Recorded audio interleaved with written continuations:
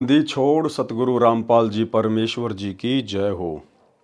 परम पिता परमात्मा सारी सृष्टि के रचनहार कुल मालिक असंख्य ब्रह्मांडों के स्वामी जगत गुरु तीनों लोकों में प्रवेश करके सबका भरण पोषण करने वाले राजाधिराज आत्माधार नाथों के नाथ देवों के देव महादेव सर्वेश्वर महेश्वर मृत्युंजय अजरो अमर आदि अनादि सनातनी प्रभु जगत पिता जगदीश्वर श्री श्री 1008 की उपाधि के वास्तविक अधिकारी अकाल मूरत शब्द स्वरूपी राम वासुदेव सर्वगतम ब्रह्म परम पूज्य प्रथम पूज्य परम संत परम पुरुष परम धनी परम दयालु सत्य कबीर हक्का कबीर अल्लाहु कबीर अल्लाहु अकबर बाखबर अल्लाह ताला जगत के तारणहार जगत के मुक्तिदाता जगत के जगन्नाथ हारे के सहारे हिंदुओं के राम मुसलमानों के अल्लाह सिखों के वाहेगुरु ईसाइयों के मसीह दया के सागर दयानिधि करुणा के सागर करुणानिधि स्वयंभू परिभू संकट मोचन कष्ट हरण मंगल करण दुख भंजन अविगत कबीर निर्विकार निर्विषम परमात्मा अलय अलेख सतगुरु आदि अनादि सतगुरु असली मर्यादा पुरुषोत्तम असली राम असली कृष्ण असली घनश्याम असली मुरारी राजाओं के राजा महाराजाओं के महाराजा शहंशाहों के शहंशाह सम्राटों के सम्राट भगवानों के भगवान अल्लाहों के अल्लाह प्रभुओं के प्रभु मसीहों के मसीह सच्चे वाहिगुरु बाबाओं के बाबा पीरों के पीर सेठों के सेठ जगत सेठ सावड़सा सेठ सर्वगुण संपन्न अनंत कोटि कलाओं के स्वामी अनंत कोटि ब्रह्मांडों के नायक योगियों में महायोगी ध्यानियों में महाध्यानी सिद्धों में परम सिद्ध ज्ञानियों में तत्वज्ञानी ब्रह्म ज्ञानी महाज्ञानी परम ज्ञानी सर्वश्रेष्ठ ज्ञानी विज्ञानी युवा कबीर समरथ कबीर असमवाद अमित ओझा सच्चे रहनुमा करीम अल्लाह सुभान अल्लाह दुनिया के अंतिम पैगंबर 8 सितंबर 1951 से गांव धनाना जिला सोनीपत हरियाणा भारतवर्ष की पावन भूमि पर प्रकट रियल कल की भगवान श्री नारायण साकार हरि श्री बाबा साहेब शब्द स्वरूपी राम संत श्रोमणी सतगुरु रामपाल जी परमेश्वर जी के चरण कमल में साध संगति से जुड़े हुए देश विदेश से हम सभी सत्सेवक भाई बहनों का अनंत कोटि दंडवत प्रणाम। सत्साई भाई और बहनों, दया पूज्य गुरुदेव भगवान की सतगुरु रामपाल जी परमेश्वर जी की सारी सृष्टि के मालिक की जिनके शुभ आशीर्वाद से आप और हम सभी भगत भाई बहन साध संगति से जुड़कर अपने आत्म कल्याण के लिए गुरुदेव के तत्व ज्ञान को आधार बनाकर भक्ति मार्ग पर दृढ़ता के साथ निरंतर आगे बढ़ रहे हैं। भाई और बहनों, पूज्य गुरुदेव जी के विशेष आशीर्वाद से उन्हीं के कर कमल से लिखित पवित्र पुस्तक कबीर सागर के सरलार्थ के ऊपर वीडियो बनाने की श्रृंखला जारी है। इसी श्रृंखला में आज हमारा ये 58 नंबर का वीडियो है। प्रत्येक वीडियो में गुरुदेव के आशीर्वाद से हमें कुछ न कुछ नया सीखने को मिलता है और गुरुदेव भगवान के कर कमल से लिखित होने के कारण इस पवित्र ग्रंथ को मात्र सुनने या पढ़ने से भी हम ढेर सारे पुण्य के भागी बनते हैं। तो कबीर चरित्र बोध के ऊपर वीडियो बनाए जा रहे हैं। इसी श्रृंखला में हम आगे बढ़ते हैं। पेज नंबर है 563 और आज का विषय है 12 पंथों के नाम। थोड़ा थोड़ा जानकारी परमात्मा हल्की हल्की सी जानकारी उपलब्ध करवा रहे हैं। कबीर सागर अध्याय कबीर चरित्र बोध पृष्ठ 1870 पर 12 पंथों के नाम लिखे हैं, जिनमें 12वां पंथ संत गरीबदास गांव छुडानी वाले का लिखा है। मैं रामपाल दास सन 1988 में संत गरीबदास जी के पंथ में संत स्वामी रामदेवानंद जी महाराज से दीक्षा लेकर जुड़ा हूँ। मैंने 17 फरवरी 1988 फाल्गुन अमावस्या को स्वामी रामदेवानंद जी से दीक्षा ली थी। ये दास रामपाल दास हरियाणा प्रांत में सिंचाई विभाग में सिविल कनिष्ठ अभियंता जूनियर इंजीनियर सिविल के पद पर सरकारी नौकरी करता था। स्वामी जी ने सितंबर 1993 में मुझे सत्संग तथा पाठ करने का आदेश दिया। मैं नौकरी भी करता था और छुट्टी वाले दिन पाठ तथा सत्संग भी करता था। फिर मार्च 1994 में मेरे को अपना उत्तराधिकारी बना दिया तथा नामदान करने का आदेश दे दिया। मैं मई 1995 तक तो छुट्टियों में केवल सेवा करता रहा, परंतु मई 1995 में सरकारी नौकरी से त्यागपत्र दे दिया, जो हरियाणा सरकार द्वारा सन 2000 में स्वीकृत किया गया है। नौकरी से त्यागपत्र देकर दिन रात परमेश्वर की सेवा में निकल पड़ा। हजारों की संख्या में नए भगत मेरे शिष्य हो गए। फाल्गुन शुदी प्रथमा एकम विक्रमी संवत 2054 यानी सन 1997 मार्च में परमेश्वर कबीर जी मुझे कुछ समय के लिए एक साधु वेश में मिले तथा कहा कि सार शब्द प्रदान करने का समय उचित है। सार शब्द देना प्रारंभ कर दे। उस समय से पहले न तो मेरे गुरुजी ने किसी को सार शब्द दिया था, केवल मेरे को आदेश हुआ है सार शब्द देने का। कारण यह है कि परमेश्वर कबीर जी ने धर्मदास जी को तो सार शब्द दे दिया था, परंतु उसको आगे किसी को न देने की प्रतिज्ञा करवाई थी। एक चीज ध्यान रखना भाई और बहनों, हमने तो शिक्षा लेनी है, शिक्षा। और निकट भविष्य में जब गुरुदेव भगवान अपनी लीला पूरी करके और अपने सतलोक धाम को चले जाएंगे, उसके बाद हम भाई बहन किसी प्रकार से धोखा ना खा जाएं। यहाँ एक बात कही गुरुदेव भगवान ने, आप और हम भाइयों ने थोड़ा विचार करना चाहिए उस पर। क्या कह रहे हैं परमात्मा? सन 1997 मार्च में परमेश्वर कबीर जी मुझे कुछ समय के लिए एक साधु वेश में मिले। आप और हम साथ संगति से जुड़े हुए भाई बहनों को तो ये पक्का विश्वास हो चुका है, मीन में की संशय की कोई गुंजाइश नहीं है कि परमेश्वर अपने आप को छुपाते हुए इस प्रकार की बातें लिख रहे हैं। अन्यथा सतगुरु रामपाल जी परमेश्वर स्वयं ही कबीर भगवान हैं। और कबीर भगवान को भला मार्च 1997 में और दूसरा कबीर भगवान आके कौन मिलेगा? तो साथ संगति से जुड़े हुए भाई बहनों का कंसेप्ट तो बिल्कुल क्लियर है परमेश्वर को लेकर। अब एक बात यहां गुरुदेव कह रहे हैं कि मार्च 1997 में जब कबीर परमेश्वर मुझे एक साधु के रूप में मिले तो उन्होंने मुझे सार शब्द को आगे देने का आदेश दे दिया।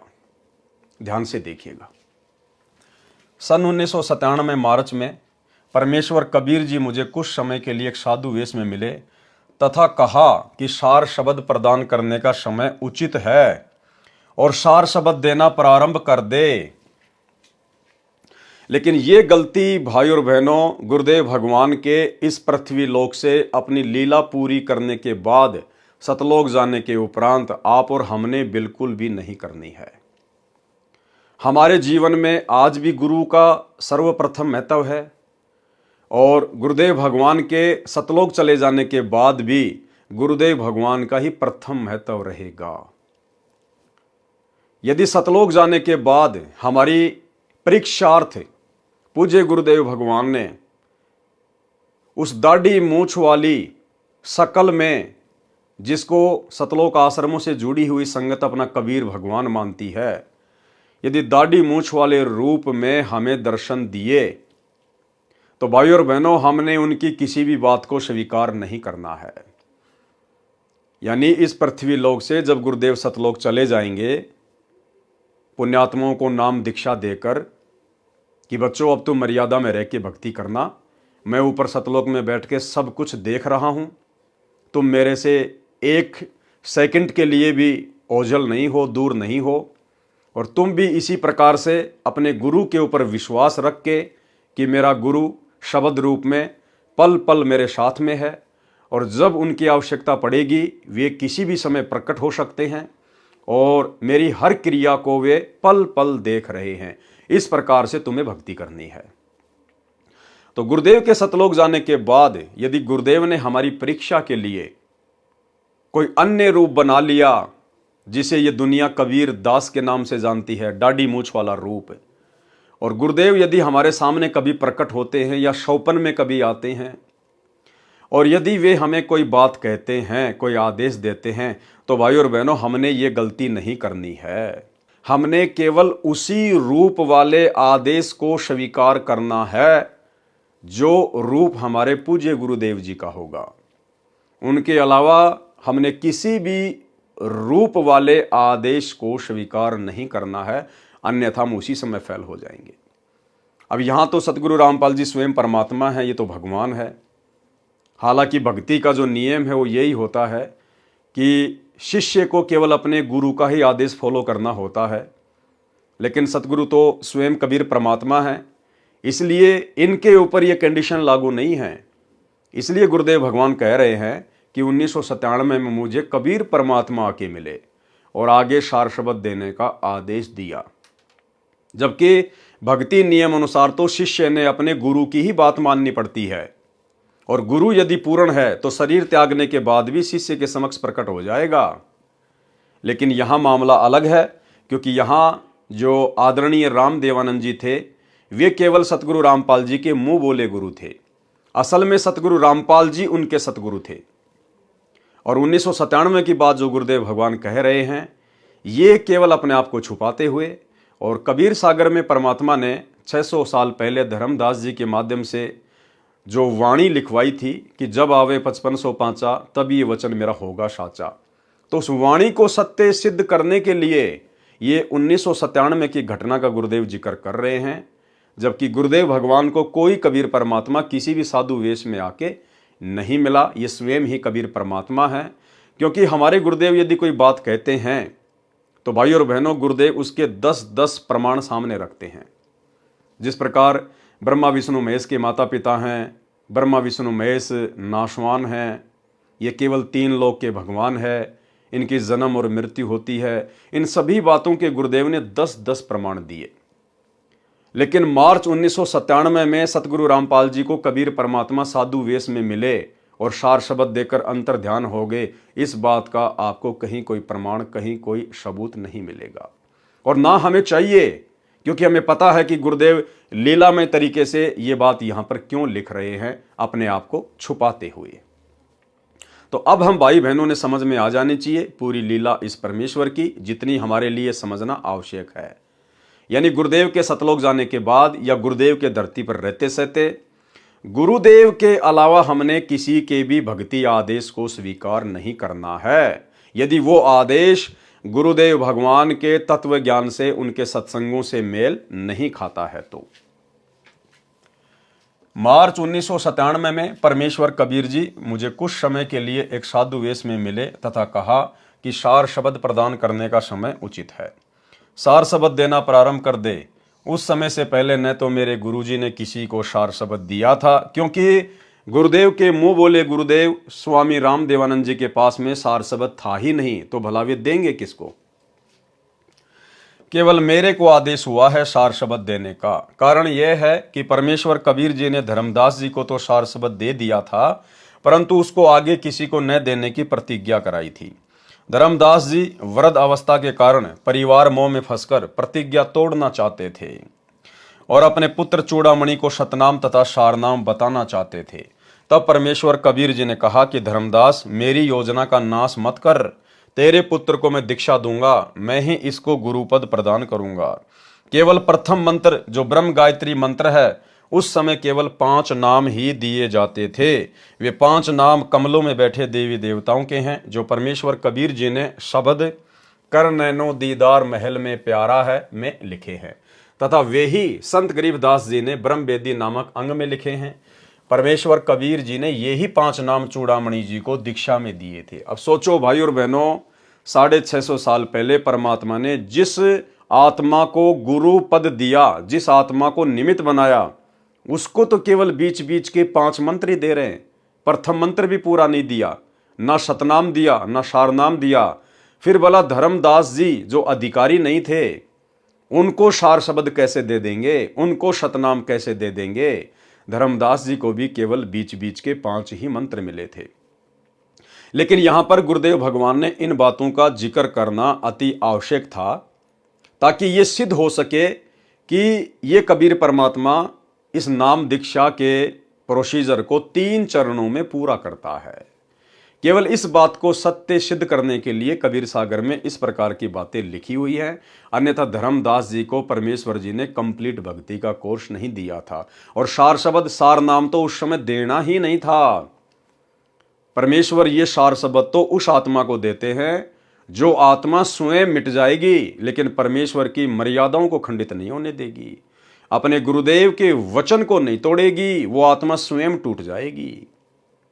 जबकि आगे चल के आप देखिएगा धर्मदास जी की क्या हालत हो गई।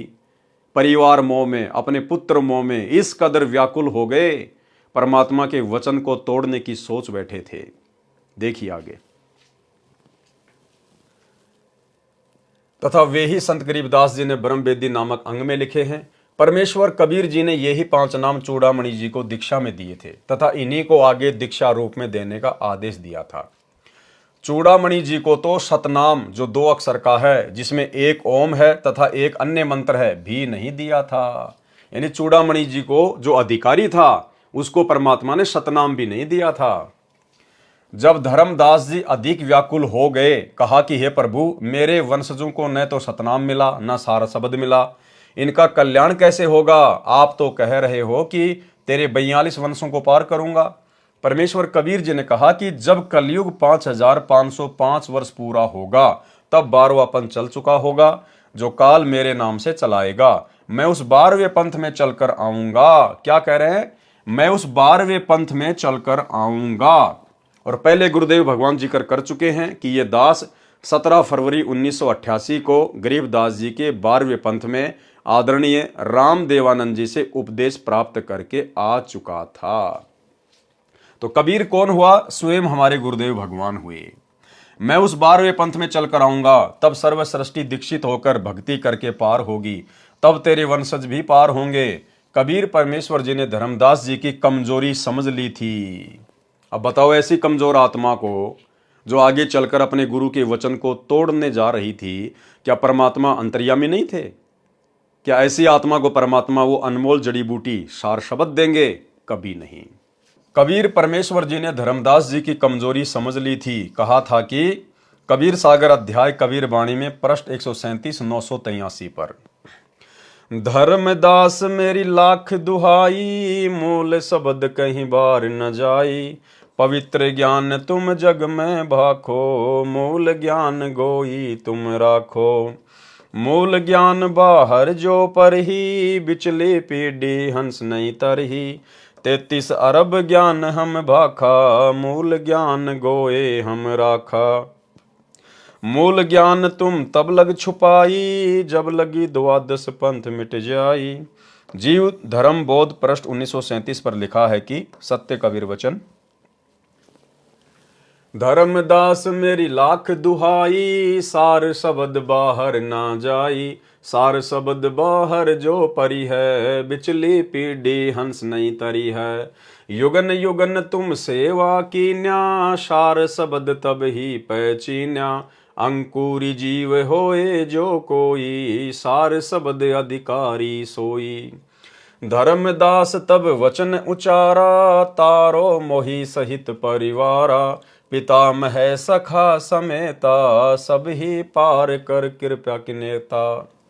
तेई अवसर सतगुरु विशाना, का मांगे कछु मांग न जाना, तारो सकल सरष्टि को भाई, तुम तो आप रे उरझाई। या में नहीं कछु दोष तुम्हारा, काल पुरुष तुमरी मति मारा। परमेश्वर कबीर जी ने धर्मदास जी से कहा था कि यह वास्तविक मूल ज्ञान तथा सार शब्द कहीं बाहर यानी तेरे मेरे से अन्य के पास न जाए।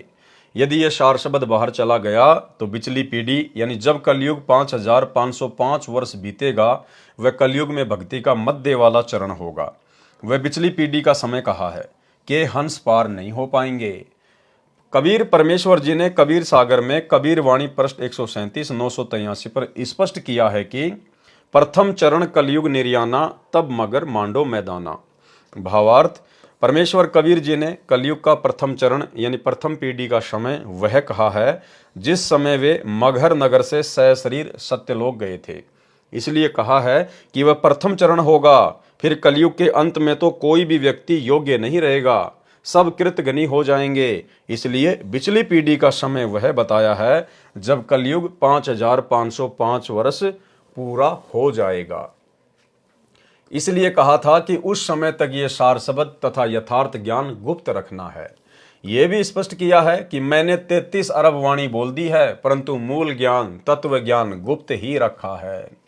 वह तो 13वें पंथ में आकर सब अंधेरा मिटाऊंगा। क्या कह रहे हैं? वह तो 13वें पंथ में आकर, ये नहीं कहा कि 13वें पंथ में अपनी आत्मा को भेजकर। और जहां जहां परमेश्वर इस प्रकार के शब्दों का यूज करते हैं कि मैं अपना अंश भेजूंगा, तो भाई और बहनों, गुरुदेव भगवान अपने आप को छुपाते हैं और जगह जगह परमात्मा स्पष्ट भी कर रहे हैं कि वह तो 13वें पंथ में आकर सब अंधेरा मिटाऊंगा। और वैसे भी भाई और बहनों, इस काल लोक में फैला ये अज्ञान का अंधेरा उस कबीर परमेश्वर के अलावा भला और मिटा भी कौन सकता है। कबीर बानी पृष्ठ 134 980 पर 13 पंथों के गुण बताए हैं। कहा है कि 12वें पंथ होए उजियारा, 13वें पंथ मिटे शकल अंधियारा।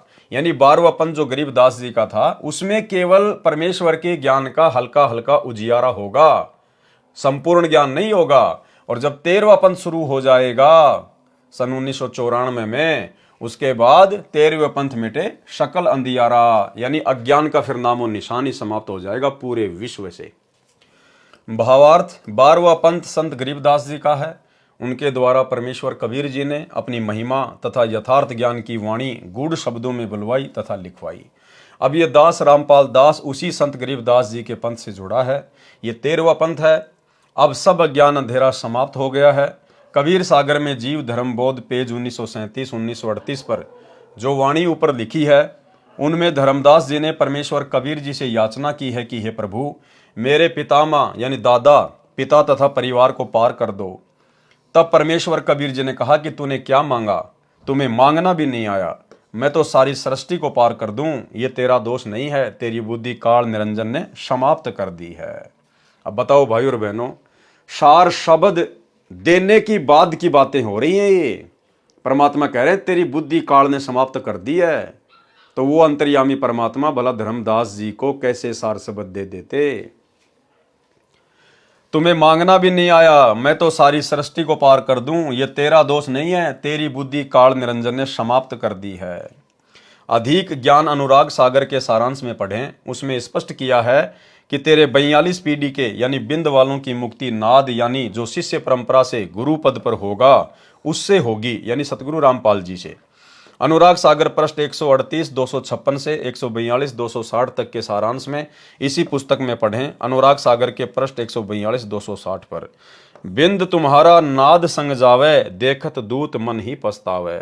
यानी धर्मदास जी की जो वंश परंपरा वाले हैं, जो दामा खेड़ा वाले हैं या अन्य जो नकली कबीर पंथी हैं, वो यदि बिंद तुम्हारा यानी धर्मदास जी का बिंद, धर्मदास जी के वंशज नाद संग जावे। नाद कौन? सतगुरु रामपाल जी परमेश्वर, जो कि शिष्य परंपरा के तहत जिन्होंने 1994 में अपना 13वां कबीर पंथ शुरू किया है।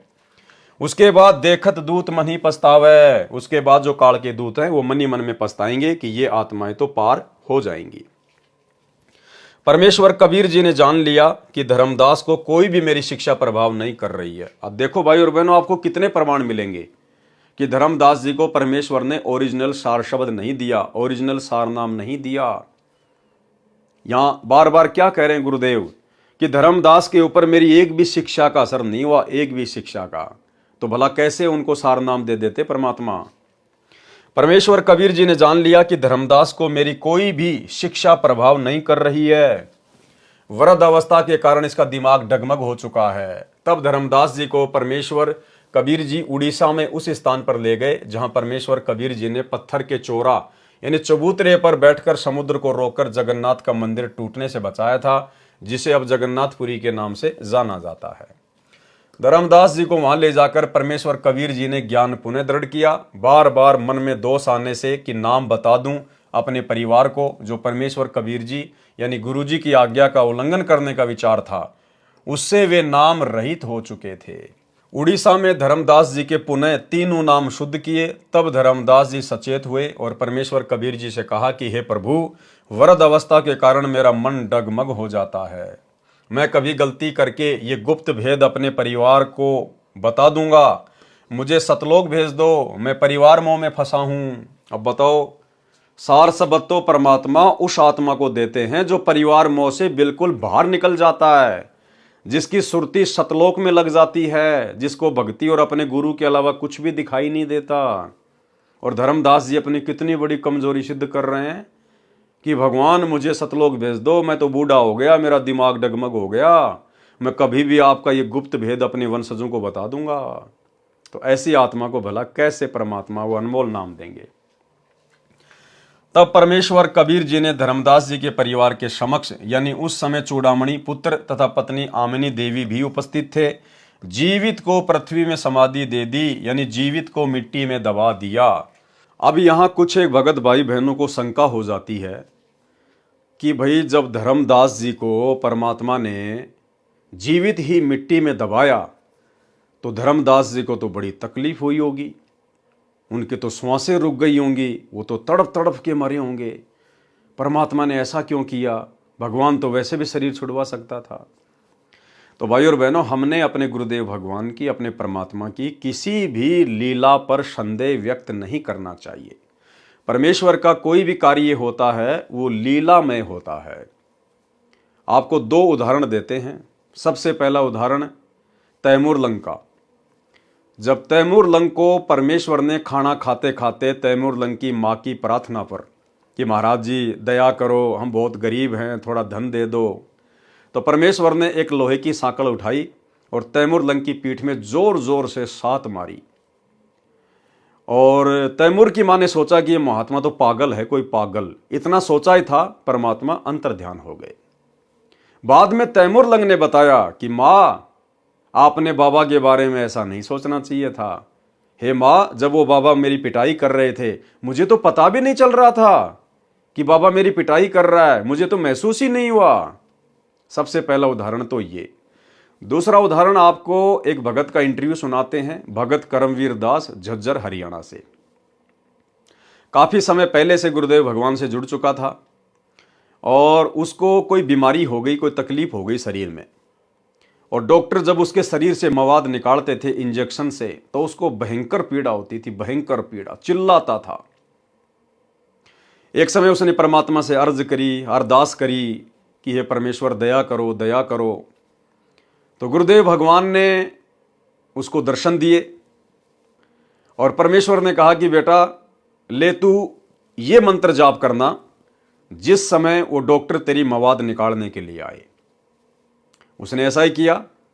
जिस समय डॉक्टर आए उसने वो शब्द उच्चारण किया जो भी गुरुदेव भगवान ने उसको दिया, और उसके बाद उसको महसूस भी नहीं हुआ कि डॉक्टरों ने कब मेरे शरीर से मवाद निकाल ली है।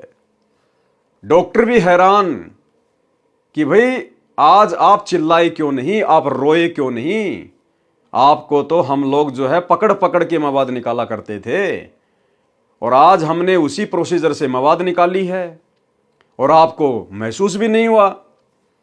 तब उसने कहा जी ये बातें आपकी समझ से बाहर की हैं। ये छोटा सा इंटरव्यू है, सुन लीजिए। नमस्कार सर। सत साहिब जी। सर क्या नाम है आपका? मेरा नाम है जी करमवीर दास। करमवीर जी आप कहाँ से हैं?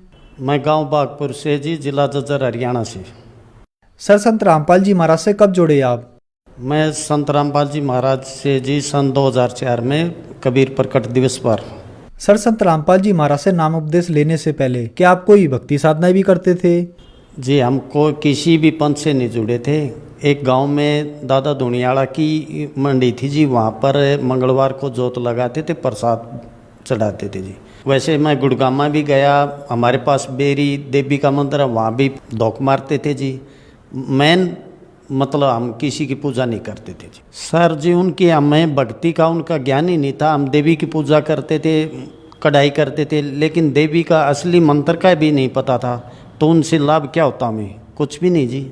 सर संत रामपाल जी महाराज से नाम दीक्षा लेने के बाद आपको क्या लाभ हुए? संत रामपाल जी महाराज से नाम लेने के बाद जी बहुत फ़ायदे हुए जी। पहला फायदा तो यही हुआ मेरे को कि मैं 2006 में जब करोथा कांड आर्य समाज ने किया तो जी आर्य समाज जी मेरी परचून की दुकान थी, गांव में अकेला था और धूम्रपान की कोई चीज़ न रखने के कारण मैं गांव में प्रसिद्ध था। मेरे को यही बोलते थे भाई रामपाल की दुकान पर जाएंगे, तो गैल पढ़ लिए जी। मैंने जी नाम खंडित कर दिया तो एक ने मेरे पे गाल दी जी और मैं बहुत तगड़ा बीमार हो गया। उससे पहले मेरी भविष्यवाणी हो रही थी कि जब आप 42 साल के हो जाएंगे तो आपकी डेथ हो जाएगी, लेकिन वो भविष्यवाणी मैं भूल गया था जी।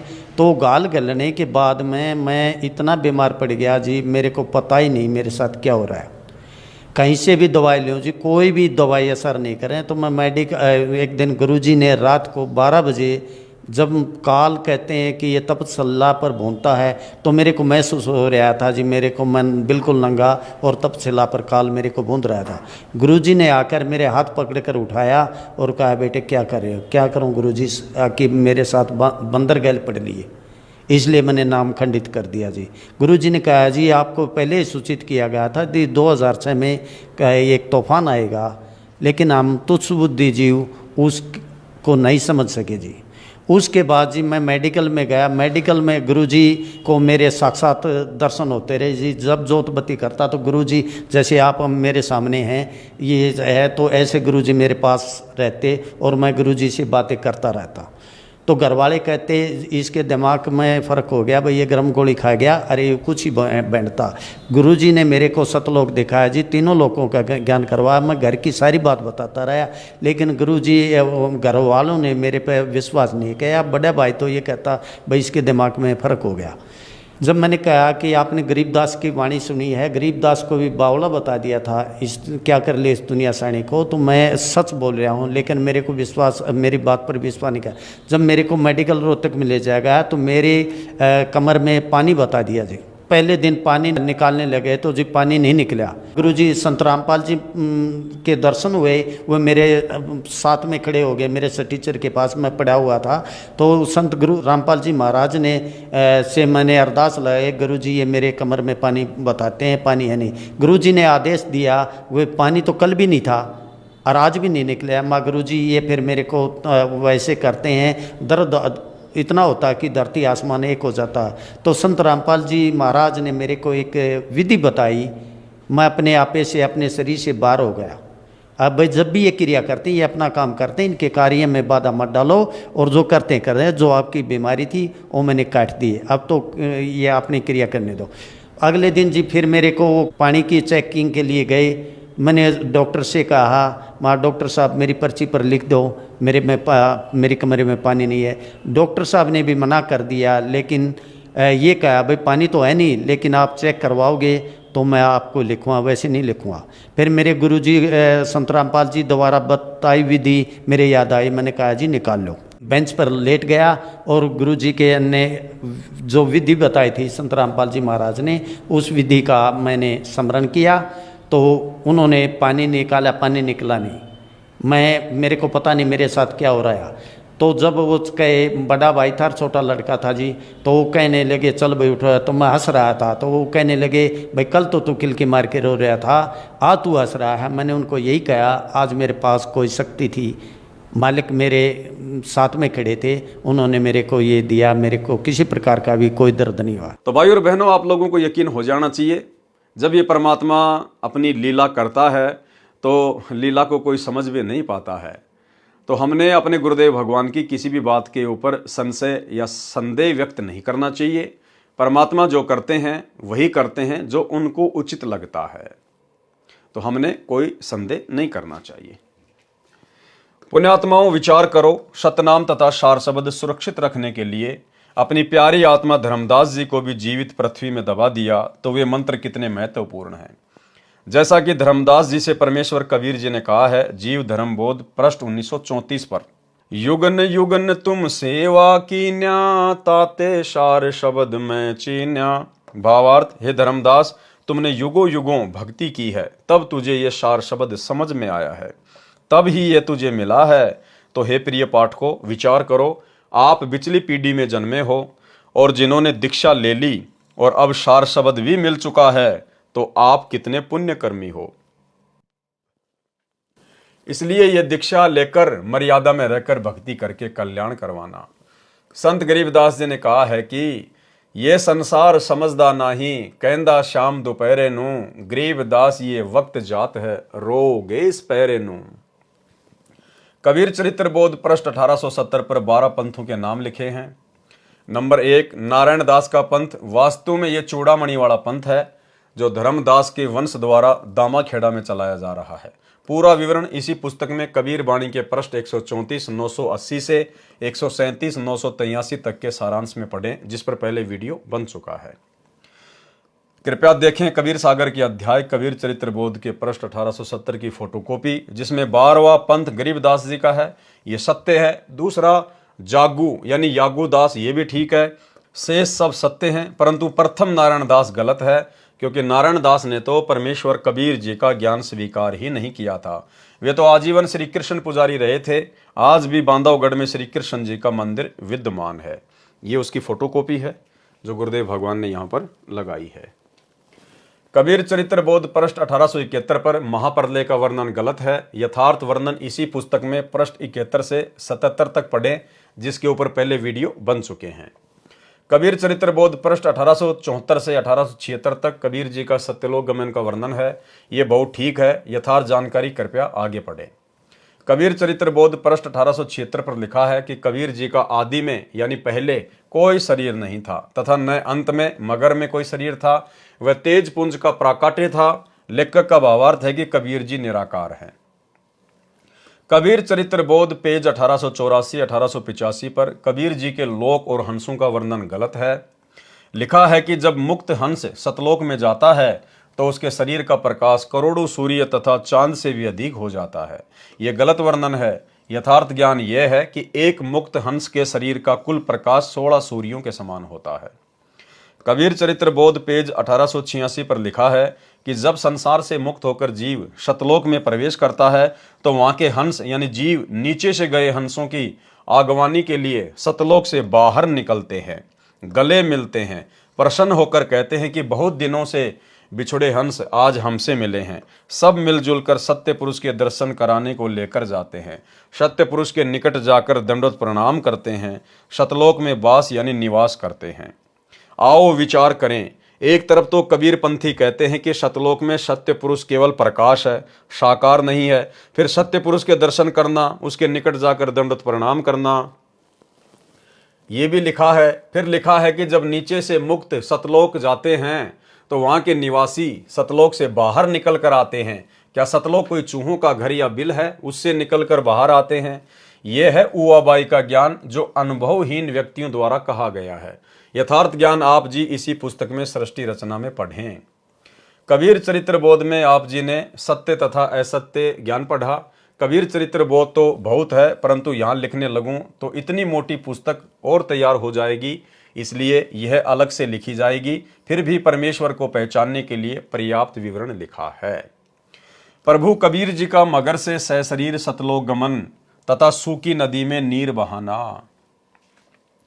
उसके बाद इस भ्रम को तोड़ने के लिए कि जो मगर में मरता है वह गधा बनता है और काशी में मरने वाला स्वर्ग जाता है, बंदी छोड़ कहते हैं कि सही विधि से भक्ति करने वाला प्राणी चाहे वह कहीं पर भी प्राण त्याग दे, वह अपने सही स्थान पर ही जाएगा।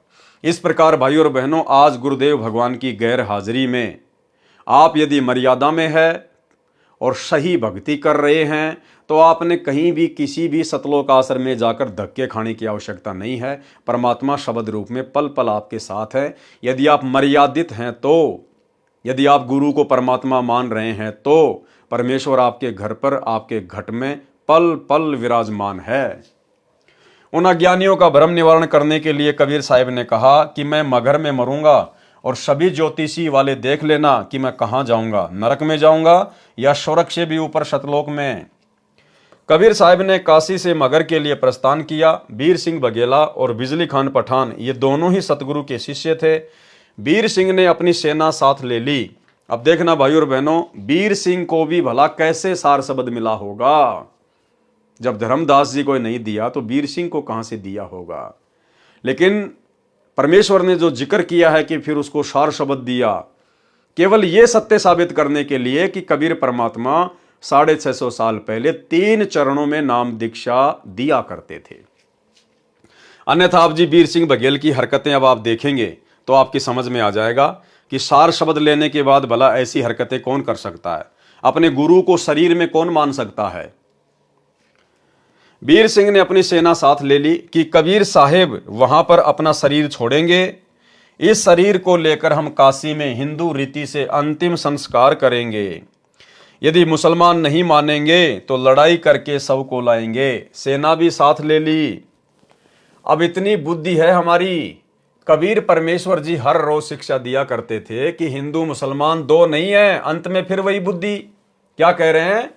कबीर परमेश्वर जी हर रोज शिक्षा दिया करते थे कि हिंदू मुसलमान दो नहीं है, अंत में फिर वही बुद्धि। सन 1994 से गुरुदेव रोज यही ज्ञान दे रहे हैं कि जीव हमारी जाति है, मानव धर्म हमारा, हिंदू मुस्लिम सिख ईसाई धर्म नहीं कोई न्यारा, सब एक परमात्मा के बच्चे हैं। उसके बावजूद भी सतलोक आश्रम मैनेजमेंट हरियाणा की वही कुबुद्धि। मध्य प्रदेश में बजरंग दल वालों ने, विश्व हिंदू परिषद वालों ने बांग्लादेश के मुसलमानों के खिलाफ अपना रोष प्रकट किया, धरने प्रदर्शन किए, और दुर्बुद्धि के शिकार सतलोक आश्रम मैनेजमेंट हरियाणा वाले, इनके कोऑर्डिनेटरों ने संगत को इकट्ठा किया और बांग्लादेश के मुसलमानों के खिलाफ विरोध प्रदर्शन में विश्व हिंदू परिषद और बजरंग दल वालों के साथ में बैठा दिया। ये लोग आज भी नहीं समझ पा रहे कि मुसलमान कौन है, हिंदू कौन है और हम कौन हैं। तो भाई और बहनों, सतगुरु के ज्ञान का 1% भी असर वर्तमान में ना तो सतगुरु के कलयुगी परिवार को है और ना इन कोऑर्डिनेटरों को है। कबीर परमेश्वर जी हर रोज शिक्षा दिया करते कि हिंदू मुसलमान दो नहीं है, अंत में फिर वही बुद्धि। उधर से बिजली खान पठान को पता चला कि कबीर साहब यहां पर आ रहे हैं। बिजली खान पठान ने सतगुरु तथा सर्व आने वाले भक्तों तथा दर्शकों की खाने तथा पीने की सारी व्यवस्था की और कहा कि सेना तुम भी तैयार कर लो, हम अपने पीर कबीर साहिब का यहाँ पर मुसलमान विधि से अंतिम संस्कार करेंगे। कबीर साहिब के मगर पहुँचने के बाद बिजली खान ने कहा कि महाराज जी स्नान करो। कबीर साहिब ने कहा कि बहते पानी में स्नान करूँगा। बिजली खान ने कहा कि सतगुरुदेव यहाँ पर साथ में एक आमी नदी है, वह भगवान शिव के श्राप से सूखी पड़ी है, उसमें पानी नहीं है। जैसी व्यवस्था दास से हो पाई है, पानी का प्रबंध करवाया है, आपके स्नान के लिए प्रबंध किया है, लेकिन संगत बहुत आ गई, इनके नहाने की तो बात नहीं बन पाएगी। पीने का पानी पर्याप्त मात्रा में बाहर से मंगवा रखा है। कबीर साहिब ने कहा कि वह नदी देखे कहाँ पर है। उस नदी पर जाकर साहिब ने हाथ से ऐसे इशारा किया था जैसे यातायात का सिपाही रुकी हुई गाड़ियों को जाने का संकेत करता है। वह आमी नदी पानी से पूरी तरह भरकर चल पड़ी। बोलो सतगुरुदेव की जय। सत साहेब, ये आमी नदी वहां पर अभी भी विद्यमान है। सबने जय जयकार की। साहिब ने कहा कि एक चादर नीचे बिछाओ, एक मैं ऊपर ओढ़ूंगा, क्योंकि वे जानी जान तो थे। कहने लगे कि ये सेना कैसे ला रखी है तुमने। अब बिजली खान पठान और वीर सिंह बघेला आमने सामने खड़े हैं। उन्होंने तो मुंह लटका लिया और बोले नहीं। वे दूसरे हिंदू और मुसलमान बिना नाम वाले बोले कि जी हम आपका अंतिम संस्कार अपनी विधि से करेंगे। दूसरे कहते हैं कि हम अपनी विधि से करेंगे। चढ़ा ली बाहें, उठा लिए हथियार तथा कहने लगे कि आ जाओ। कबीर साहब ने कहा, रे नादानो, क्या मैंने यही शिक्षा दी थी 120 वर्ष तक?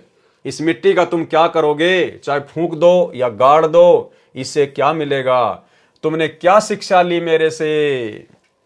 भाई और बहनों, आज दया हुई है साथ संगति से जुड़े हुए सत्सेवक भाई बहनों के ऊपर।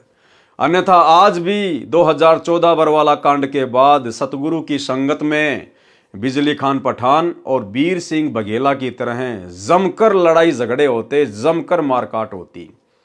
यदि अपने सत्सेवक बच्चों पे परमात्मा ज्ञान की रजा ना बख्शते तो हम जहां जहां भी साथ संगतियां रखते थे, जहां जहां भी हम समागम करते थे, गुरुदेव को भोग लगाते थे, ज्ञान आधार से चर्चा करते थे, तो सतलोक आश्रम मैनेजमेंट हरियाणा को यह रास नहीं आता था। इनको लगता था अगर सभी आत्माएं इसी प्रकार से ज्ञान से परिचित हो जाएंगी और घर बैठकर गुरु को भगवान मानकर भक्ति करने लग गई तो हमारे आश्रमों में कौन आएगा, हमारा धार्मिक धंधा कैसे चलेगा। इन्होंने हर संभव प्रयास किया साथ संगतियां रुकवाने का, पुलिस वालों को भेजकर, पुलिस वालों को पैसे देकर, उनको शराब पिलाकर इन्होंने भक्तों को पिटवाया, गुरुदेव की फोटोओं को फिकवा दिया, हलवे राम को इन्होंने फिकवा दिया, बेरहमी से भक्तों को मारा पीटा, मुकदमे लगाए। भाई और बहनों, यदि परमात्मा सत्सेवकों के ऊपर अपनी विशेष रजा ना बख्शते, हमारा ज्ञान योग ना खोलते, यदि हमारे अंतःकरण में परमात्मा डर पैदा ना करते कि भाई अगर गुरु नाराज हो गया तो फिर किस लिए हम भक्ति कर रहे हैं। हमने इनकी गालियां खाई, हमने इनकी मार सही, हमने इनके मुकदमे सहे, लेकिन हमने उफ तक नहीं किया, उफ तक। जबकि 2 हाथ तो हमारे भी थे, लठ वगैरह तो वहां हमारे पास भी होते थे। चक्कू वगैरह, अन्य सामग्री वगैरह सबके पास होती है। लेकिन हमने कभी भी सत्सेवकों ने उफ तक नहीं किया। इनकी गालियां खाई, इनकी मार खाई, इनके डंडे खाए। अन्यथा भाई और बहनों, आज भी वही महाभारत हो जाता, वही महाभारत है। लेकिन सतगुरु की विशेष रजा, विशेष मेहर साध संगति से जुड़े हुए भगत भाई बहनों पर, और इसका प्रतिफल भाई और बहनों अब आने वाले समय में मिलेगा, आने वाले समय में। क्योंकि सतगुरु के विशेष नजदीक, उनकी विशेष सेवाओं में केवल सतसेवक भाई बहन ही 24 घंटे उपस्थित रहेंगे। और जिन्होंने अपनी अज्ञानता और नादानी और मूर्खता का परिचय दे दिया बरवाला कांड के बाद, लड़ाई झगड़े करके, मार पिटाई करके, गुरुदेव के सत्संगों के विरुद्ध कुकर्म करके, आने वाले समय में भाई और बहनों उन लोगों को गुरु के दर्शन भी दुर्लभ होंगे, दर्शन भी दुर्लभ। इससे क्या मिलेगा? तुमने क्या शिक्षा ली मेरे से? सुन लो, यदि झगड़ा कर लिया तो मेरे से बुरा नहीं होगा। वे जानते थे कि ये कबीर साहिब परम शक्ति युक्त हैं, यदि कुछ कह दिया तो बात बिगड़ जाएगी। शांत हो गए, पर मन में यही था कि शरीर छोड़ने दो, हमने तो यही करना है। वे तो जानी जान थे, उस दिन गृह युद्ध शुरू हो जाता, सत्यानाश हो जाता, यदि साहेब अपनी कृपया न बख्शते। कबीर साहिब ने कहा कि एक काम कर लेना, तुम मेरे शरीर को आधा आधा काट लेना, परंतु लड़ना मत। ये मेरा अंतिम आदेश सुन लो और मानो। इसमें जो वस्तु मिले उसको आधा आधा कर लेना। महीना माघ शुक्ल पक्ष तिथि एकादशी, विक्रमी संवत 1575, 1575 सन 1518 को कबीर साहिब ने एक चदर नीचे बिछाई और एक ऊपर ओढ़ ली। कुछ फूल कबीर साहिब के नीचे वाली चद्दर पर 2 इंच मोटाई में बिछा दिए। थोड़ी सी देर में आकाशवाणी हुई कि मैं तो जा रहा हूं सतलोक में, स्वर्ग से भी ऊपर। देख लो चद्दर उठाकर, इसमें कोई शव नहीं है। जो वस्तु है वे आधी आधी ले लेना, परंतु लड़ना नहीं। जब चद्दर उठाई तो सुगंधित फूलों का ढेर शव के समान ऊंचा मिला। बोलो सतगुरुदेव की जय। सत साहेब। अब सोचिए भाई और बहनों, जिस वीर सिंह बघेल की हरकत के कारण उसका गुरु अंत में महादुखी होके सतलोक गमन से पहले ये शब्द कह रहा है कि ये मेरा अंतिम आदेश है, मेरी अंतिम पुकार है, लड़ना मत, मेरे शरीर को काट लेना। भला उस वीर सिंह बघेल को परमात्मा ने कैसे सार शब्द दिया होगा? वीर देव सिंह बघेल और बिजली खान पठान एक दूसरे के सीने से लगकर ऐसे रोने लगे जैसे कि बच्चों की मां मर जाती है। अब भाई रोने से क्या फायदा, अब चिल्लाने से क्या फायदा, अब पछताने से क्या फायदा? जब समय था उस समय सतगुरु को पहचानते, सतगुरु की शिक्षाओं पे चलते, अमल करते। अब सतगुरु के जाने के बाद तुम कितने बड़े भगत बन जाओ, तुम कितने पश्चाताप करो, उन चीजों का कोई लेना देना नहीं होता। फिर तो वहां पर रुदन मच गया। हिंदू और मुसलमानों का प्यार सदा के लिए अटूट बन गया। एक दूसरे को सीने से लगाकर हिंदू और मुसलमान रो रहे थे। कहने लगे कि हम समझे नहीं, ये तो वास्तव में अल्लाह आए हुए थे। और यही गलती, यही पश्चाताप आने वाले दिनों में सतलोक आश्रम मैनेजमेंट हरियाणा, गुरुदेव का कलयुगी परिवार, ये कोऑर्डिनेटर और इन सतलोक आश्रमों से जुड़ी हुई तमाम संगत को होने वाला है कि भाई यदि हम भी समय रहते साध संगति से जुड़ जाते, अपने गुरु को भगवान मान के, घर को आश्रम बना के, ज्ञान को आधार बना के भक्ति करते तो हमारा जीवन सफल हो जाता। लेकिन भाई अब तो कुछ भी हाथ नहीं आया। और ऊपर आकाश में प्रकाश का गोला जा रहा था। बोलो सतगुरुदेव जी की जय। सत साहिब। तो वहां मगर में दोनों धर्मों, हिंदुओं तथा मुसलमानों ने एक एक चद्दर तथा आधे आधे सुगंधित फूल लेकर 100 फुट के अंतर में एक एक यादगार भिन्न भिन्न बनाई, जो आज भी विद्यमान है। तथा कुछ फूल लाकर काशी में, जहां कबीर साहिब एक चबूतरे पर बैठकर सत्संग किया करते थे, वहां काशी चोरा नाम से यादगार बनाई। अब वहां पर बहुत बड़ा आश्रम बना हुआ है। मगर में दोनों यादगारों के बीच में एक सांझला द्वार भी है। आपस में कोई भेदभाव नहीं है। ये उसके चित्र हैं। मगर स्थान जहां पर हिंदुओं तथा मुसलमानों द्वारा बनाई गई 7 यादगार। हिंदू और मुसलमान ऐसे रहते हैं कि जैसे माँ जाए भाई रहा करते हैं। उनसे हमने बात की थी तो उन्होंने कहा कि हमारी आज तक धर्म के नाम पर कोई लड़ाई नहीं हुई। वैसे कहाँ सुनी तो घर के घर में हो जाती है, फिर भी हमारी आपस में धर्म के नाम पर लड़ाई नहीं होती है। बिजली खान पठान ने दोनों यादगारों के नाम 500 बीघा जमीन दी, जिसमें हिंदू तथा मुसलमान अपने प्रबंधक कमेटी बनाकर व्यवस्थित किए हैं। ये दास संत रामपाल दास जी महाराज अपने सैकड़ों सेवकों सहित 3 बार इस ऐतिहासिक धार्मिक स्थल को देखकर आ चुके हैं। वहां जाकर ऐसा लगता है जैसे हमने सच्चाई का खजाना प्राप्त हो गया हो। बोलो सतगुरुदेव जी की जय। सत साहेब। गरीबदास जी महाराज जी की वाणी से पारक का अंग। चले कबीर मगर के ताई, तहां वहां फूलन सेज बिछाई। दोनों दिन अधिक प्रभाऊ, दोषी दुश्मन और सब साऊ। तहां बिजली खा चले पठाना, वीर सिंह बघेला पद परवाना। काशी उमटी चली मगर को, कोई न पावे तास डगर को। वैरागी सन्यासी जोगी, चले मगर को शब्द वियोगी। 3 रोज में पहुंचे जाई, तहां वहां सुमरन राम खुदाई। दहू दीन है बाहा जोरी, शस्त्र बांधी लिए भय गोरी। वह गाड़े वह जारन कहीं, दोनों दिन अधिक सो फही। तहां कबीर कहीं एक भाषा, शस्त्र करे सो ताही तलाका। शस्त्र करे सो हमरा द्रोही। क्या कह रहे हैं परमात्मा? क्या कहा उस समय कि जो भी हथियार उठाएगा वो मेरा द्रोही है। शस्त्र करे सो हमरा द्रोही। अब सतलोक आश्रम मैनेजमेंट हरियाणा वालों ने तो भाई और बहनों सात संगत वालों को लठों से मारा है, लठों से। ये परमात्मा के द्रोही हैं, परमेश्वर के द्रोही।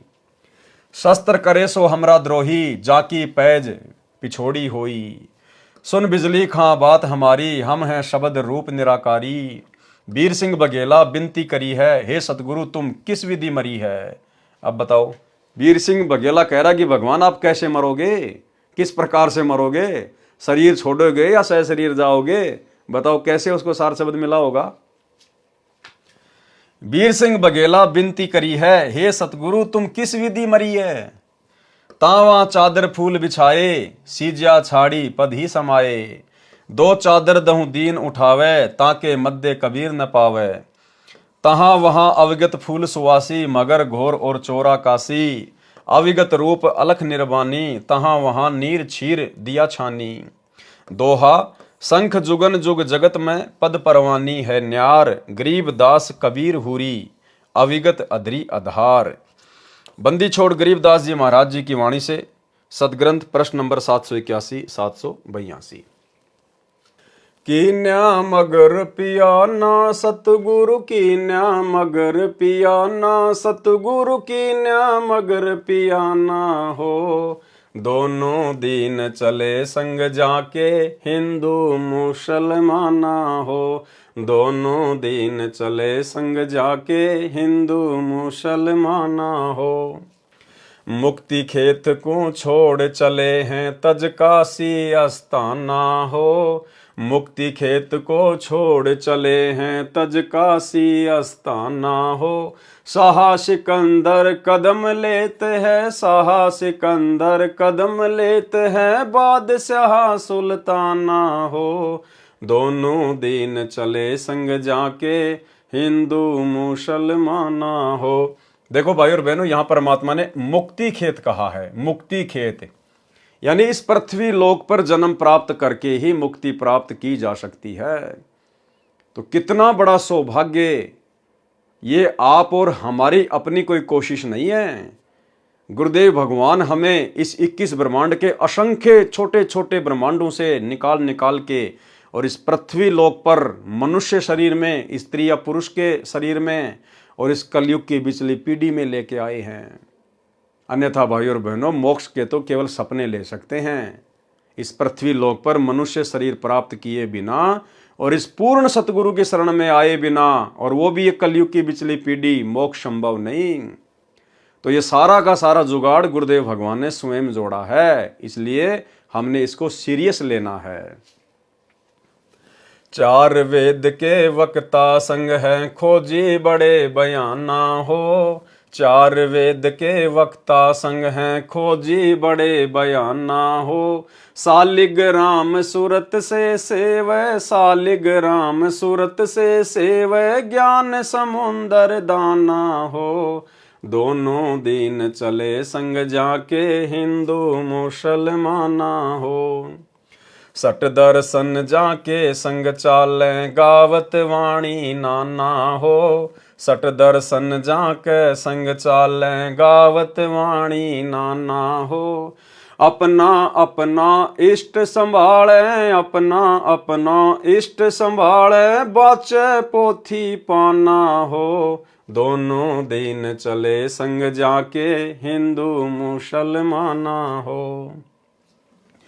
चादर फूल बिछाए, सतगुरु देखे सकल जिहाना हो। चादर फूल बिछाए, सतगुरु देखे सकल जिहाना हो। चार दाग से रहत जुले दी, चार दाग से रहत जुले दी, अविगत अलख अमाना हो। दोनों दिन चले संग जाके, हिंदू मुसलमाना हो। वीर सिंह बघेला कर विनती, बिजली खान पठाना हो। वीर सिंह बघेला कर विनती, बिजली खान पठाना हो। दो चादर बख्शीस करी है, दो चादर बख्शीस करी है, दीन्यायो परवाना हो। दोनों दिन चले संग जाके, हिंदू मुसलमाना हो। नूर नूर निर्गुण पद मेला, देख भय हैराना हो। नूर नूर निर्गुण पद मेला, देख भय हैराना हो। पद ल्यो लीन भय अविनाशी, पद ल्यो लीन भय अविनाशी, पाए पिंड ना प्राणा हो। दोनों दिन चले संग जाके, हिंदू मुसलमाना हो। शब्द स्वरूप साहेब सरबंगी, शब्दें शब्द समाना हो। शब्द स्वरूप साहेब सरबंगी, शब्दें शब्द समाना हो। दास गरीब कबीर अरस में, दास गरीब कबीर अरस में, फर्क ध्वजा निशाना हो। दोनों दिन चले संग जाके, हिंदू मुसलमाना हो। जब कबीर साहेब सतलोक जा रहे थे, उस समय आदि माया प्रकृति ने फिर जाल बिछाया। एक सुंदर स्त्री अप्सरा का रूप बनाकर कबीर साहेब को भोग विलास के लिए प्रेरित करती है। ये शिक्षा है भाई और बहनों, आप और हमारे लिए। जिस प्रकार हमारा यहां से शरीर छूटेगा और जब हम सूक्ष्म शरीर में ऊपर की यात्रा करेंगे त्रिकुटी के लिए, तो इसी प्रकार से भाई और बहनों आप और हमारे साथ भी छलबल किए जाएंगे 72 करोड़ अप्सराओं के द्वारा। अन्य जो युवा सुंदर सुंदर जो काल के दूत होंगे, जो पुरुष होंगे, उनके द्वारा माता बहनों को अपने षड्यंत्र में फंसाने के लिए। और जैसी हमारी सोच भोग विलास को लेकर, गंदे कर्मों को लेकर, जैसी हमारी सोच इस पृथ्वी लोक पर स्थूल शरीर में रहेगी, ज्यों की त्यों सूक्ष्म शरीर में विद्यमान रहेगी। और जिसके सूक्ष्म शरीर में वो सोच विद्यमान होगी, वो भाई और बहनों 101% इस काल के षड्यंत्र में फंसेगा। इसलिए परमेश्वर अपनी वाणियों में कहते हैं कि भग भोग्या भग उपजय, और भग से बचा न कोई, और जो कोई भग से बचे भगत कहावे सोई। यानी जिस दिन आप इस भोग विलास वाले कर्म से दूर होंगे, उस दिन तो आपकी भक्ति शुरू होगी। आप वास्तव में एक भगत की कैटेगरी में समझे जाएंगे। तो ये आप और हम भगत भाई बहनों के लिए शिक्षा है।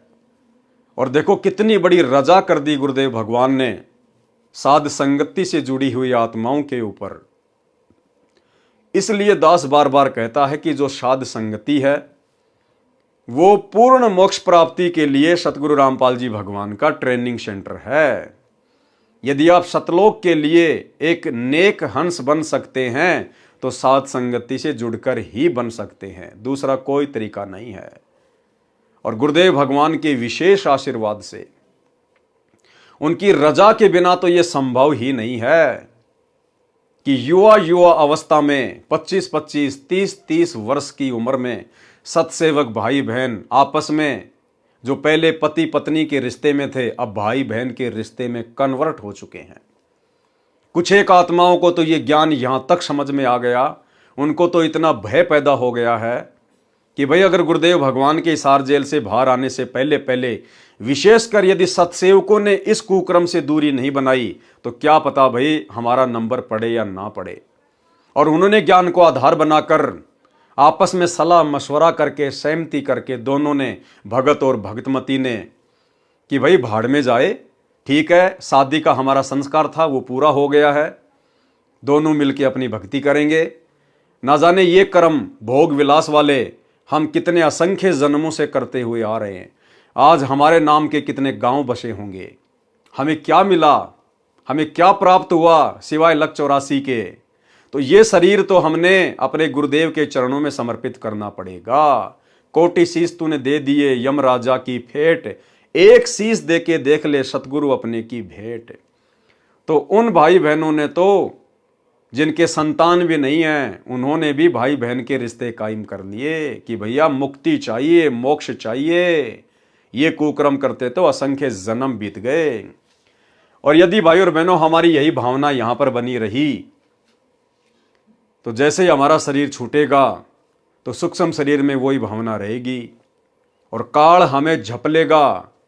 क्योंकि ये तो हमें महसूस होगा ही नहीं कि हम त्रिकुटी की यात्रा पे जा रहे हैं।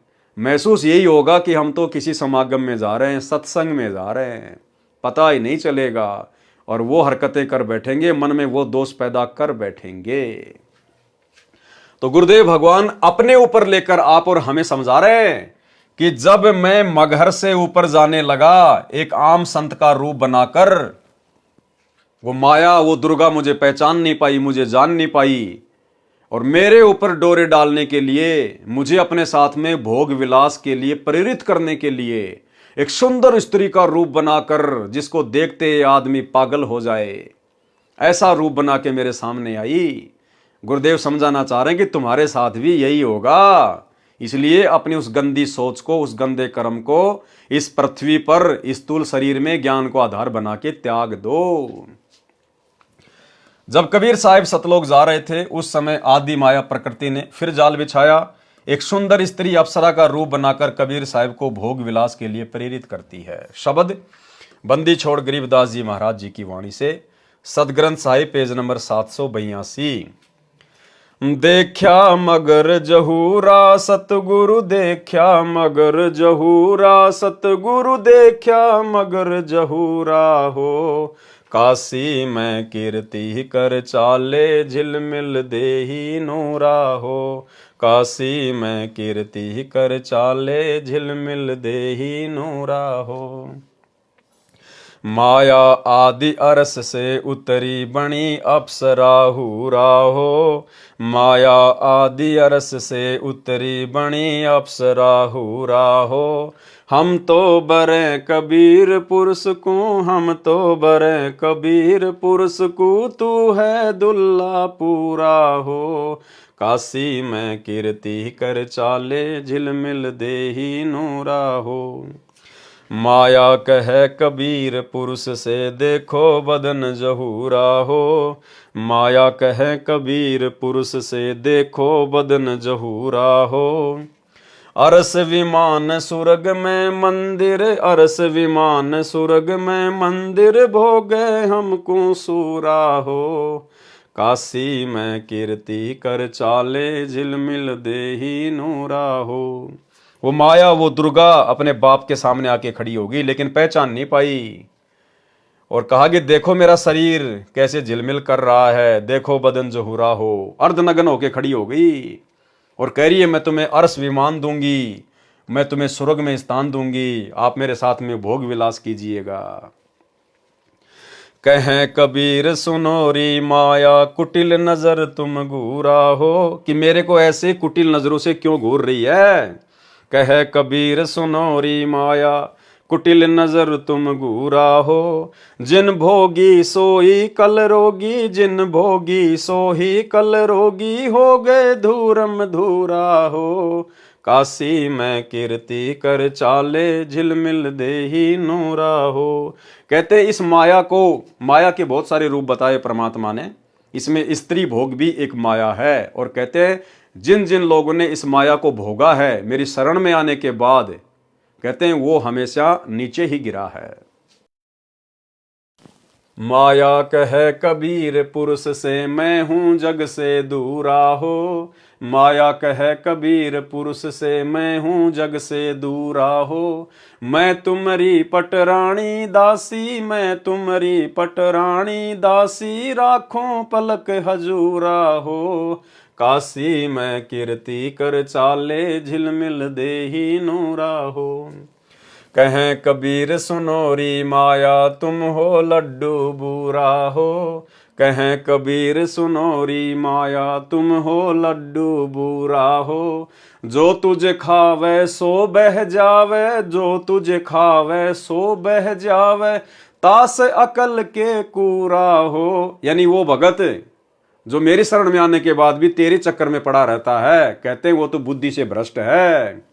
जो तुझे खावे सो बह जावे, जो तुझे खावे सो बह जावे, तास अकल के कूरा हो। काशी में कीर्ति कर चाले, झिलमिल देही नूरा हो।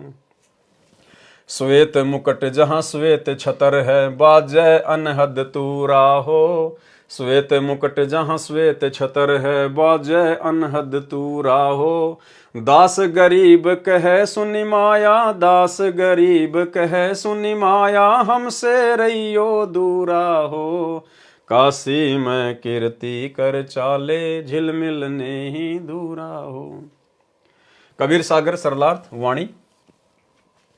माया सतगुरु से अटकी, माया सतगुरु से अटकी। फिर ये दुर्गा कबीर परमात्मा सतगुरु रामपाल जी भगवान के साथ में वाद विवाद करने लगी। जब देखा कि ये सीधे तरीके से मेरे जाल में नहीं फंस रहा है, फिर वाद विवाद करने लगी। माया सतगुरु से अटकी, माया सतगुरु से अटकी, जोगनी हमरे क्यों भटकी, जोगनी हमरे क्यों भटकी। कि मेरे रास्ते में क्यों आ रही है, मैं तो भगत हूँ परमात्मा का, मुझे तो मोक्ष प्राप्त करना है, मैं इस माया वाया के चक्कर में पड़ने वाला नहीं हूँ। यानी आप और हमारी भी सोच यही होनी चाहिए। यदि हमारे सामने भी जब हम त्रिकुटी की यात्रा करेंगे और अगर इस प्रकार की परिस्थितियां पैदा हो गई तो, लेकिन उस समय हम सामना जब करेंगे जब हम धरती पर वर्तमान में भक्ति करते करते इतनी दृढ़ता अपने अंदर पैदा करेंगे। हम तो भगली गर जोगी, हम तो भगली गर जोगी, हम ना माया के भोगी, हम ना माया के भोगी। अब जो वर्तमान में ही कार कोठी बनाने में, अपने बच्चों को बड़े बड़े इंजीनियर डॉक्टर बनाने में जो भगत लगे हुए हैं, बड़ी बड़ी स्कूलों में बड़ी बड़ी कोचिंग में पढ़ा रहे हैं, प्लाट पे प्लाट लेके पटके हुए हैं, वो भला फिर वहां कैसे बचेंगे। तो क्या कहा परमात्मा ने, हम नहीं माया के भोगी, हम नहीं माया के भोगी। तो मैं झगड़ा है भारी, तो मैं झगड़ा है भारी, मारे बड़ छतर धारी, मारे बड़ छतर धारी। सेवा कर सुमन की, सेवा कर सुमन की, हमको लागत है फीकी, हमको लागत है फीकी। यानी दुर्गा ने परमात्मा को बहुत सारे लोभ दिए और जो है प्रलोभ दिए, लेकिन परमात्मा ने कहा कि मेरे लिए तो सब फीके हैं, मेरी सुरती तो सतलोक में है। हमको लागत है फीकी, हमको लागत है फीकी।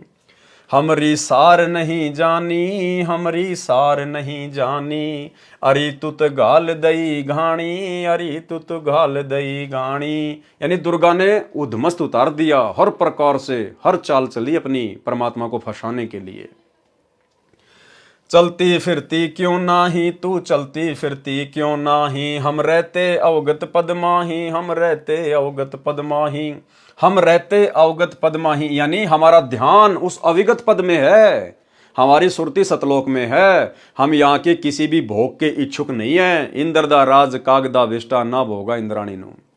हमारे असली ज्ञान का भाई और बहनों उस समय पता चलेगा जब हम त्रिकुटी की यात्रा करेंगे, जब हमारे सामने रखे जाएंगे लोभ वो परलोभ। अरे तू गैली है गोली, अरे तू गैली है गोली, कि तू तो महानीच है, दाग लगावेगी चोली, दाग लगावेगी चोली। कि मेरी भक्ति को बर्बाद करेगी, तू मेरे ऊपर दाग लगाएगी, मेरे परमात्मा का नाम खंड करवाएगी। मेरा अंजन है नूरी, मेरा अंजन है नूरी, अंदर में कह कस्तूरी, अंदर में कह कस्तूरी, यानी अपनी विशेषता बता रही है कि मैं तेरे को कितना आनंद दूंगी। तुम किसी राजा पे जाओ, तुम किसी राजा पे जाओ, परमात्मा कह रहे हैं जो तुझे भोगने का इच्छुक है ना, ऐसे राजा महाराजाओं के पास जाओ, हम तो भगत हैं, हम इस चक्कर में नहीं पड़ने वाले, ये सब कुछ छोड़ छाड़ के तो हम आए हैं। हमारे गुरुदेव ने हमारे को यही तो ज्ञान दिया था कि हमने किसी भी प्रकार से माया के चक्कर में नहीं पड़ना, और ये माया तो सतलोक में बच्चों तुम्हारे चरणों की दासी है। चार मुक्ति जहां चंपी करती माया होरी दासी, ये ब्रह्मा विष्णु महेश के पास में जो चार मुक्ति है, अर्थ धर्म काम मोक्ष, इनकी तरफ तो हम सतलोक में नजर उठा के भी नहीं देखेंगे, इतने सुख है वहां। जैसे किसी के घर में स्कॉर्पियो गाड़ी खड़ी है, वो साइकिल की तरफ देखता भी नहीं है। तो सतलोक जाने के बाद 21 ब्रह्मांड के सुख तो ऐसे हैं जिसके घर में स्कॉर्पियो के सामने साइकिल खड़ी हो। तुम किसी राजा पे जाओ, तुम किसी राजा पे जाओ, हमरे मन नहीं भाओ, हमरे मन नहीं भाओ, मैं तो अर्धंगी दासी, मैं तो अर्धंगी दासी।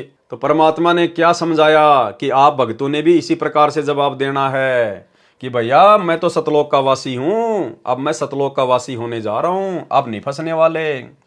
हम हैं अनहदपुर वासी, हम हैं अनहदपुर वासी, हमरा अनहद में डेरा, हमरा अनहद में डेरा, अंत ना पावेगी मेरा, अंत ना पावेगी मेरा, हम तो आदि जुगादनी जी, हम तो आदि जुगादनी जी, अरे तुझे माता कहूँ अकधी, अरे तुझे माता कहूँ अकधी, अब मैं देऊंगी गारी, अब मैं देऊंगी गारी। फिर दुर्गा नाराज हो गई जब देखा ना कि कोई दाव नहीं चल रहा, फिर वो डराने लगी, अब मैं देऊंगी गाड़ी, अब मैं देऊंगी गाड़ी, हम तो जोगी ब्रह्मचारी, हम तो जोगी ब्रह्मचारी, कि भैया हम तो सतगुरु के हंस हैं, सतगुरु के भक्त हैं, हमारे ऊपर गाली गलौज का कोई असर नहीं पड़ता है। आसन बांधूंगी जिंदा, आसन बांधूंगी जिंदा, गल में डारूंगी फंदा, गल में डारूंगी फंदा, आसन मुक्तारी माई, आसन मुक्तारी माई, तीनों लोक ना अंघाई, तीनों लोक ना अंघाई, हमरे द्वारे क्यों रोवो, हमरे द्वारे क्यों रोवो, किसी राजा राणे कूंजो, किसी राजा राणे कूंजो, कि मेरे पास में तेरी पार नहीं बसाएगी, तू ऐसों के पास जा जहां पर तेरी दाल गले।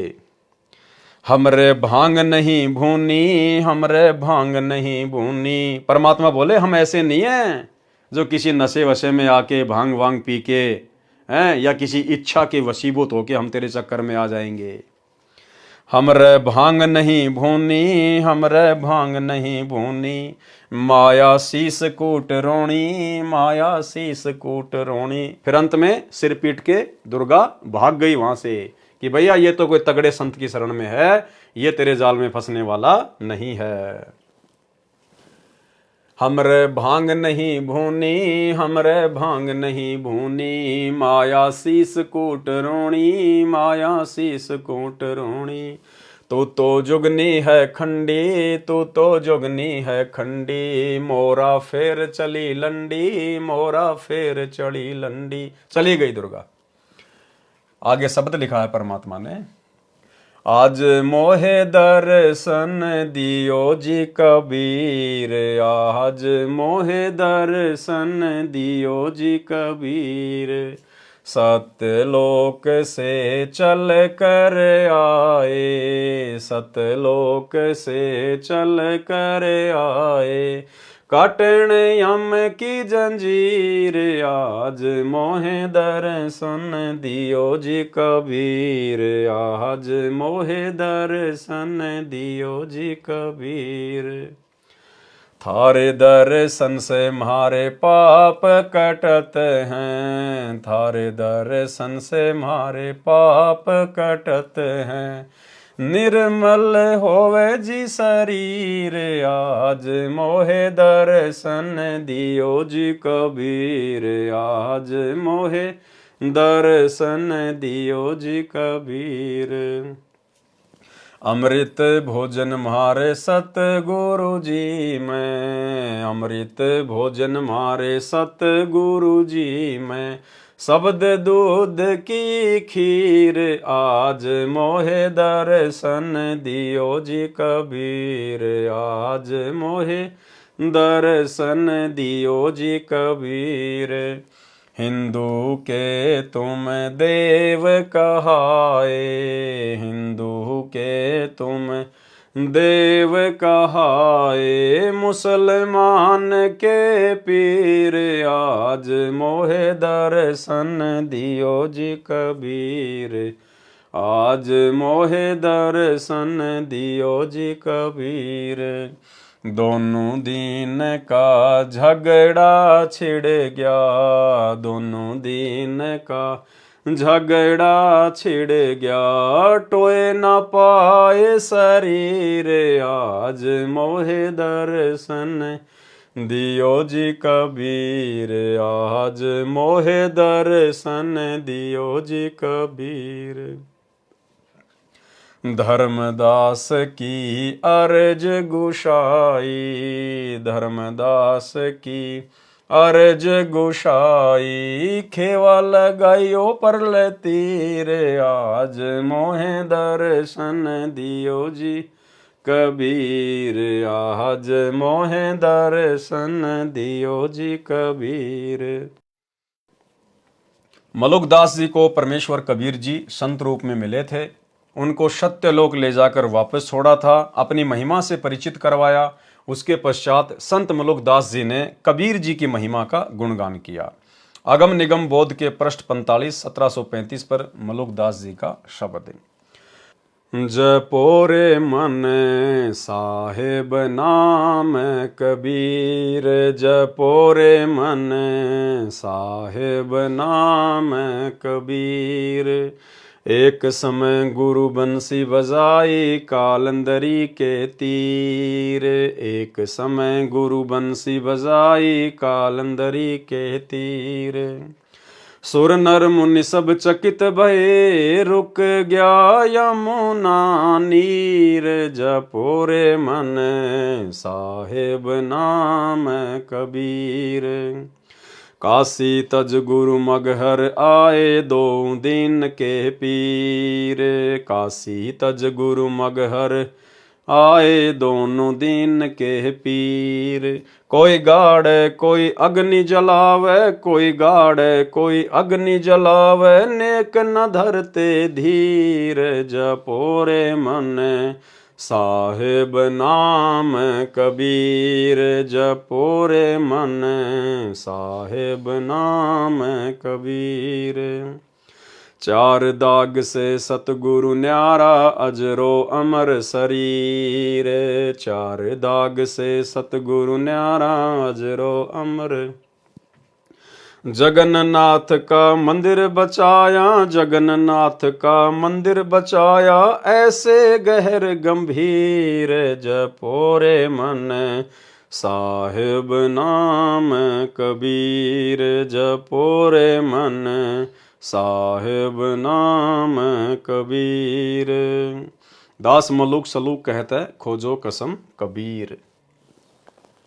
संत दादू दास जी को कबीर जी ने शरण में लिया। श्री दादू जी को 7 वर्ष की आयु में जिंदा बाबा के स्वरूप में परमेश्वर जी मिले थे। उस समय कई अन्य हम उम्र बच्चे भी खेल रहे थे। परमेश्वर कबीर जी ने अपने कमंडल से कुछ जल पान के पत्ते को कटोरे की तरह बनाकर पिलाया तथा प्रथम नाम देकर सतलोक ले गए। दादू जी 3 दिन रात अचेत यानी कोमा में रहे, फिर सचेत हुए तथा कबीर जी का गुणगान किया। जो बच्चे श्री दादू जी के साथ खेल रहे थे उन्होंने गांव में आकर बताया कि एक बूढ़ा बाबा आया था, उसने जादू जंत्र का जल दादू को पिलाया था, परंतु दादू जी ने बताया था कि जिन मोकू निज नाम दिया सोए सतगुरु हमारे, दादू दूसरा कोई नहीं कबीर सिरजनहार। दादू नाम कबीर की जय कोई लेवे ओट, ताको कबू लागे नहीं काल बजर की चोट। केरी नाम कबीर है विषम काल गजराज, दादू भजन परताप से भागै सुनत आवाज। अब हो तेरी सब मिटे जन्म मरण की पीर, श्वास उसास सुमर ले दादू नाम कबीर। स्पष्टीकरण, संत मलुकदास जी तथा संत दादू दास जी को परमेश्वर संत गरीबदास जी की तरह सतलोक जाने के पश्चात मिले थे। ये प्रकरण कबीर सागर में नहीं था, बाद में लिखा गया है। अगम निगम बोध पेज 44 1734 पर नानक जी का शब्द है, वाह वाह कबीर गुरु पूरा है, वाह वाह कबीर गुरु पूरा है। पूरे गुरु की मैं बलि जाऊं, पूरे गुरु की मैं बलि जाऊं, जाका सकल जहूरा है, वाह वाह कबीर गुरु पूरा है, वाह वाह कबीर गुरु पूरा है।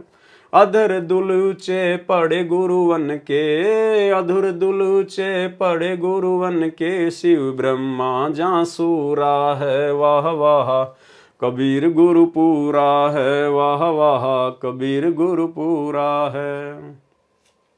श्वेत ध्वजा फरकत गुरुवन की, श्वेत ध्वजा फरकत गुरुवन की, बाजत अनहद तूरा है, वाह वाह कबीर गुरु पूरा है, वाह वाह कबीर गुरु पूरा है। पूर्ण कबीर सकल घट दर्श, पूर्ण कबीर सकल घट दर्श, हरदम हाल हजूरा है, वाह वाह कबीर गुरु पूरा है, वाह वाह कबीर गुरु पूरा है। नाम कबीर जप बड़े भागी, नाम कबीर जप बड़े भागी, नानक चरण को धूरा है, वाह वाह कबीर गुरु पूरा है, वाह वाह कबीर गुरु पूरा है। अगम निगम बोध पेज 46 पर प्रमाण दिया है कि महादेव जी के पूज्य इष्ट देव कबीर परमेश्वर जी हैं। ये बोध सागर से उसकी फोटोकॉपी है, जो कि ये बनावटी है। ये जो संस्कृत है ये किसी कबीर पंथी ने अपनी तरफ से बना के लिखी हुई है। ये फोटोकॉपी कबीर सागर के अध्याय अगम निगम बोध के पेज 46 की है। इसमें किसी अन्य ने यह महादेव पार्वती का प्रकरण लिखा है। यह शुद्ध संस्कृत नहीं है। फिर भी सच्चाई यह है कि पार्वती ने पूछा कि आप जिस कबीर की महिमा बताते हो वह कौन है। श्री शिव जी ने गोल मोल उत्तर दिया, कैसे कर्ता वैसे ब्रह्म तथा रैसे सब में रमणे के कारण परमात्मा कबीर कहलाता है। वास्तव में परमेश्वर कबीर जी तीनों देवताओं श्री ब्रह्मा जी, श्री विष्णु जी तथा श्री शिव जी को उनके लोकों में जाकर मिले थे, उनको शिष्य बनाया था। संत गरीबदास जी ने इसको बहुत अच्छा सत्य वर्णन किया है। वह इस प्रकार है, आदि अंत हमरे नाही, नई मध्य मिलावा मूल, ब्रह्मा ज्ञान सुनाइया धरी पिंडा अस्तूल। श्वेत भूमि को हम गए जहां विष्णु विशंबर नाथ, हरियम हीरा नाम दे अष्ट कमल दल स्वात। हम बैरागी ब्रह्म पद सन्यासी महादेव, सोहम नाम दिया शंकर को करे हमारी सेव। आप जी ने पढ़ा कि शिव जी ने कबीर जी को अपना प्रभु माना है। उपरोक्त वर्णन में परमेश्वर कबीर जी ने काल ब्रह्म तथा उसके पुत्रों की पूजा का ज्ञान तथा लाभ हानि बताई। परमेश्वर जी ने स्पष्ट किया है कि कबीर तीन देव की जो करते भक्ति, उनकी कबूना होवे मुक्ति। ब्रह्मा विष्णु महेश माया और धर्मराया कहिए, इन पांचों मिल प्रपंच बनाया, वाणी हमरी लइए। कबीर सागर के अध्याय कबीर चरित्र बोध का सारांश संपूर्ण हुआ। सत साहिब। तो भाइयों और बहनों, आज के वीडियो में केवल इतना ही। पूज्य गुरुदेव भगवान के आशीर्वाद से कल रात्रि 8 बजे फिर से एक नए वीडियो में एक विशेष जानकारी के साथ परमात्मा की बहुत ही मार्मिक वाणियाँ आदि ग्रंथ से, सदग्रंथ साहिब से परमेश्वर की वाणियों को हम पढ़ेंगे। अति आनंद आएगा क्योंकि ये स्वयं सिद्ध वाणियाँ हैं। तो कल रात्रि 8 बजे सभी भाई बहन फिर से लाइव जुड़िए दास के फेसबुक पेज पवन दास इस लाइव के ऊपर। तब तक गुरुदेव भगवान हम सबको आज्ञा दें, इजाज़त दें, आशीर्वाद दें। बंदी छोड़ सतगुरु रामपाल जी भगवान की जय हो।